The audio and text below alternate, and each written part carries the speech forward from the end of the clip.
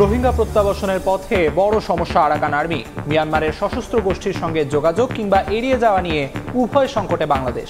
জাতীয় স্বার্থে অরাষ্ট্রীয় সংগঠনের সঙ্গেও আলোচনার পরামর্শ।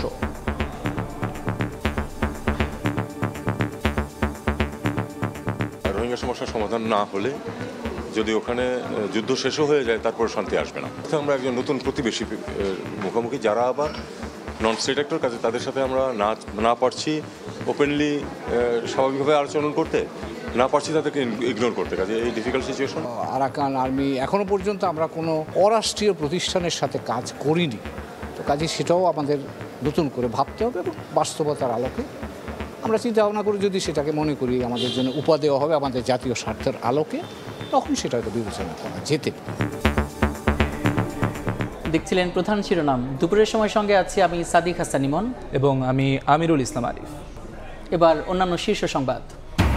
নির্বাচন থেকে বিএনপিকে দূরে রাখার অপচেষ্টা চলছে, অভিযোগ বিএনপি নেতা দুদুর।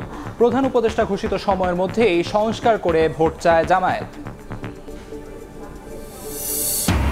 পূর্বাঞ্চলে শেখ পরিবারের প্লট দখলের অভিযোগ প্রমাণিত হলেও বরাদ্দ বাতিল করতে পারছে না রাজুক। সিদ্ধান্ত পেতে ভরসা আদালত, অভিযুক্তদের সাজা নিশ্চিতের দাবি।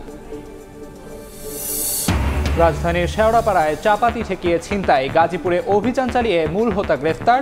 ভাটারায় প্রকাশ্যে আগ্নেয়াস্ত্র নিয়ে ভয় দেখানো যুবক পুলিশের জালে।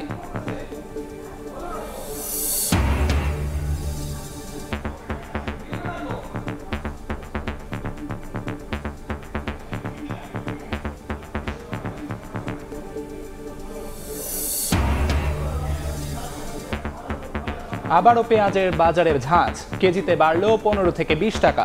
সবজিতেও আগুন, বাড়তি মোটা চালের দাম। স্বস্তি ফিরেছে ব্রয়লার মুরগিতে।